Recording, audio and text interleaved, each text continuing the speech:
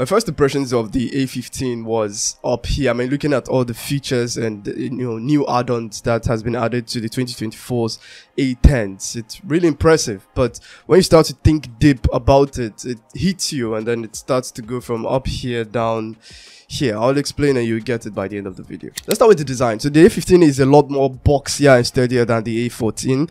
It's actually to be smaller, so that adds up to making it more compact than the A14. On the side, there's Samsung's new key island, key for buttons, and island as in the buttons are floating separately on the body of the phone. I get it, but what I don't get is why. They say it makes the phone more firm and comfortable. I don't really see a difference, comparing it to the A14, how more comfortable and firmer it looks in the hand. But I read this comment somewhere which actually makes sense. The key island may free up some space inside the chassis of the phone. So although it's not a huge bump right now, I'm of the opinion that it could be a starting point of something that could prove more beneficial in the foreseeable future. I mean, imagine having or being able to extend the outside of the phone, not too much to make it look too weird, but then using the extra free space on the inside to increase something like the battery size, which eventually is going to increase the battery life. Now just imagine. Going to the display, the chin has been cut down just a little bit and we have a new notch design. I actually like this better than the one on the A14, but then it gives a little more space, a little more room to work with on the phone, and also increasing the screen to body ratio. Now, one of the biggest differences or upgrades on the A15 is the display, and I'm sure you already see what I'm talking about.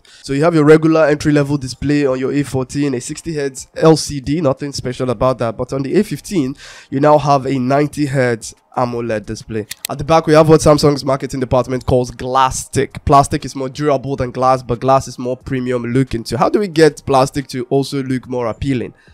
Glasstic. To the untrained eye, you think it's glass, but it's not. Battery size remains the same, but charge speed has increased from 15 watts on the A14 to 25 watts on the A15. So you're pretty much charging the same battery size on both devices, but you'll be charging it quicker on the A15. The camera stays the same, but I'm hoping there's going to be some software adjustments that could make it much better than the A14. Now on the inside, we do not have a 64GB option like we do on the A14. It's either just a 128GB option or a 256GB storage option, and also there is an 8GB RAM option on the A15 as well. So far I've not seen an Exynos version of the A15, so as it stands now it ships with the MediaTek 6nm chip on the inside, and also One UI 6 slapped onto Android 14. So here's my final thoughts. Now, I feel some of the features and add-ons on the A15 are quite a little unnecessary, right?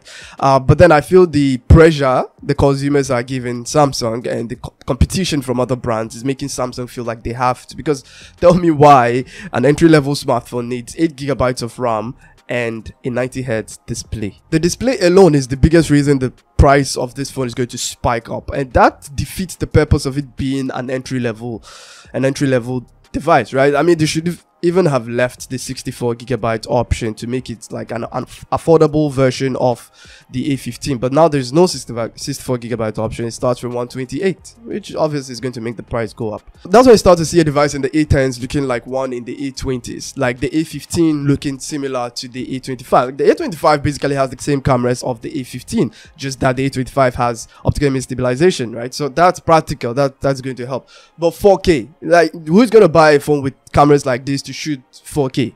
Tell me why. I feel like we should leave these features to the A30s and above, right? I mean, it's the same way I was surprised when last year, 2023, the A33 came with an IP rating for water resistance. And with the look of things, by 2025, every Galaxy release is going to have a 90Hz display at least. So I guess it's becoming normal for these features to keep going down to lower end devices because of the pressure from consumers and competition from other brands. I'm Waz, and I'll see you on the next one, inshallah. Peace out.